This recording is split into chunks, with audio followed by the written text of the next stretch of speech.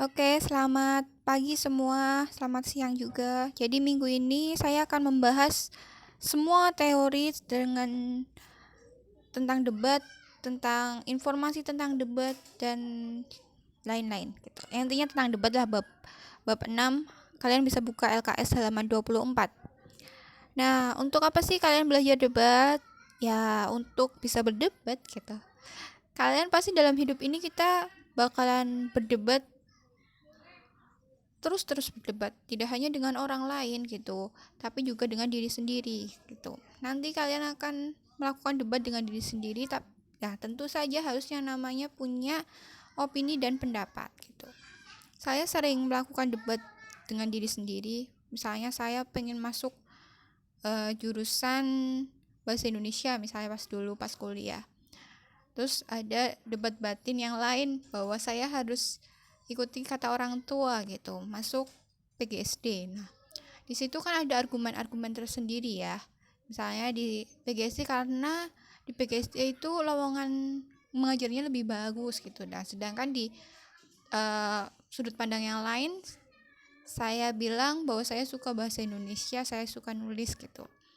Jadi akhirnya akan dimenangkan salah satu sudut pandang gitu ya. Ya, gitu. Intinya ada perdebatan kayak gitulah. Jadi kalian tidak hanya debat dengan orang lain tapi juga debat dengan diri sendiri. Jadi kalian harus tahu bagaimana sih kita bisa menyelesaikan debat tersebut, bisa memenangkan debat tersebut gitu. Nah, debat ini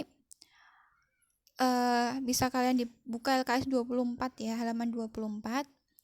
Nah, kita mulai dari pengertian terlebih dahulu.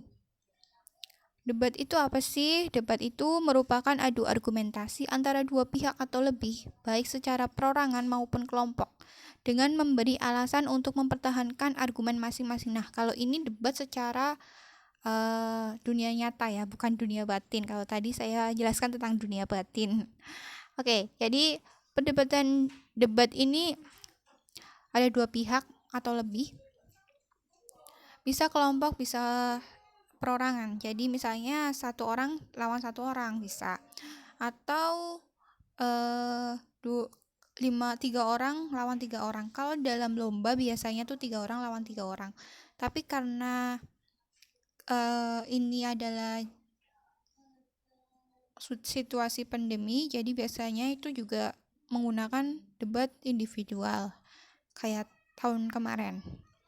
Nah, di dalam debat itu tidak hanya memberikan pendapat saja, kalian harus memberikan fakta, karena argumen itu berasal dari opini dan diperkuat oleh fakta. Nanti kita akan belajar itu di video Dian ya. Nanti Ibu jelaskan tentang bagaimana kakak kelas kalian Dian itu memberikan argumen-argumennya. Walaupun tidak menang, tetapi dia memiliki argumen yang kuat. Itu kalah karena waktunya terlalu sedikit gitu. Harusnya kan 7 menit tapi itu 5 menit gitu. Tapi nggak apa-apa, semoga tahun ini kita menang gitu. Oke, jadi itu adalah pengertian debat. Kalau tidak paham tolong ditanyakan ya. Apa sih sebenarnya yang kalian bingungkan? Ya udah tanyakan aja ke saya biar saya paham, biar saya tahu, biar saya bisa jawab gitu. Nah, ciri-ciri debat itu ada 2 sudut pandang, yaitu afirmatif dan oposisi. Jadi afirmatif itu yang setuju, atau nama lainnya tuh pemerintah. Timnya Dian tadi. Dian adalah afirmatif. Terus dan oposisi. Oposisi adalah tidak setuju atau oposisi tidak setuju gitu.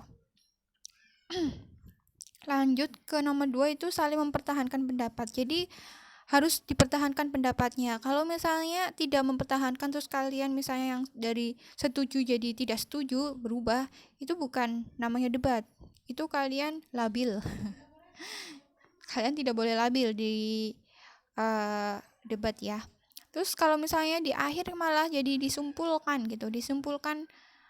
antara setuju atau tidak setuju disimpulkan. Nah, itu akhirnya nanti jadi diskusi. Jadi kalau setuju ya tetap menyimpulkan dengan kenapa dia setuju di akhirnya, kenapa misalnya, atau yang tidak setuju ya tetap di akhir dia tidak setuju gitu. Nah, nomor 3 itu adu argumentasi bertujuan menang. Jadi di mereka harus memperkuat argumentasinya karena harus ada yang menang gitu. Bagaimana sih caranya menang itu nanti ditentukan oleh dewan juri. Nah, nomor 4 itu sesi tanya jawab bersifat terbatas. Jadi di dalam debat itu ada opsi tanya jawab, tetapi itu terbatas. Jadi ketika kalian berargumentasi bukan memberikan pertanyaan, tetapi memberikan pendapat gitu, pendapat dan fakta, bukan malah bertanya gitu. Bertanya itu opsinya sedikit sekali. Itu hanya untuk mengalahkan orang lain gitu. Tapi itu opsinya yang paling penting itu pendapatnya kalian, bukan malah memberikan pertanyaan gitu. Nah, tim netral itu jarang ada di lomba. Moderator itu pasti ada. Jadi jalannya debat itu selalu dipandu oleh moderator. Tetapi kalau debat individual itu tidak ada moderator. Karena tidak ada jalannya debat. Nah, ini unsur debat. Jadi mosi itu adalah permasalahan yang didebatkan gitu. Jadi yang disetujui atau yang tidak disetujui oleh tim debat gitu. Terus tim afirmasi, tim setuju ya kalau lebih mudahnya, atau pemerintah. Tim oposisi, tim tidak setuju. Tim netral itu jarang digunakan. Moderator, terus penulis. Nah, penulis dan moderator itu wajib, penulis itu tidak terlalu wajib. Nah, tata cara debat. Yang pertama adalah pengenalan. Ini kalau secara langsung ya. Kalau misalnya bukan, biasanya tuh seperti ini. Nah, tata cara debat yang pertama adalah perkenalan, pembicara 1. Jadi pembicaranya kan ada 3 masing-masing tim. Tim oposisi 3 orang, tim afirmasi 3 orang. Nah, mereka punya tugas masing-masing, jadi tidak berbeda, tidak sama. Nah, yang pertama pembicara pertama, masing-masing tim, baik afirmasi dan oposisi itu memperkenalkan diri mereka, lalu memperkenalkan dia dan anggotanya. Terus berperan sebagai apa? Itu gantian. Jadi pertama afirmasi dulu, baru oposisi. Terus setelah itu baru menyampaikan argumentasi atau latar belakang kenapa tim afirmasi tim afirmasi setuju gitu. Kan pembicara 1 ya, tetap pembicara 1. Jadi latar belakang kenapa mereka tidak setuju itu tim pembicara pertama. Lalu gantian, dia itu ada di tim pembicara kedua.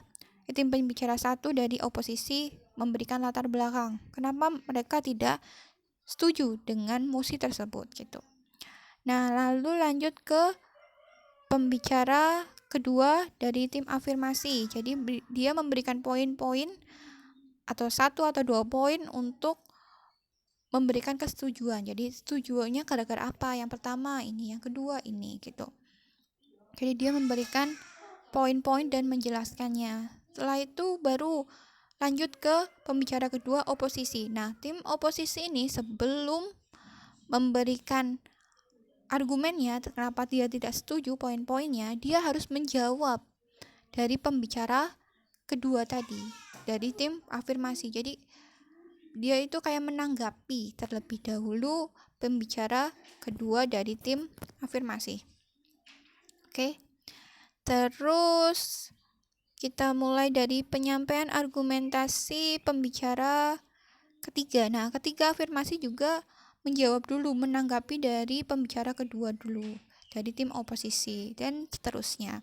Nah, di akhir akan ada memberikan kesimpulan. Jadi dari semuanya poin-poin yang sudah diberikan dari tim afirmasi memberikan kesimpulan bahwa dia tidak setuju karena alasan ini gitu. Nah, penyampaian kesimpulan juga dilakukan oleh tim oposisi, dilakukan kesimpulan gitu. Nah, itu tetapi karena ini masa pandemi, kita akan melakukan debat ini aja, debat new normal gitu. Individual, jadi seperti yang di video Dian yang saya share linknya, itu ada pertama adalah perkenalan, yang kedua penyampaian definisi mosi, latar belakang, alasan setuju atau tidak setuju, lalu menyampaikan poin-poin argumen, menjabarkan argumen, fakta dan opini, terus kesimpulan atau penegasan ulang. Nah, itu adalah tata caranya. Lalu video tersebut kalian rekam ya, rekam seperti contoh punya Dian, nah minimal 6 menit, maksimal 7 menit, lalu diunggah di YouTube. Linknya nanti di share di grup kelas gitu, grup mapelnya saya gitu ya. Nah, bagaimana cara membuat definisi mosi? Ambil 2 definisi dari 2 kata kunci di mosi. Nanti kita jelaskan di video selanjutnya. Oke, terima kasih.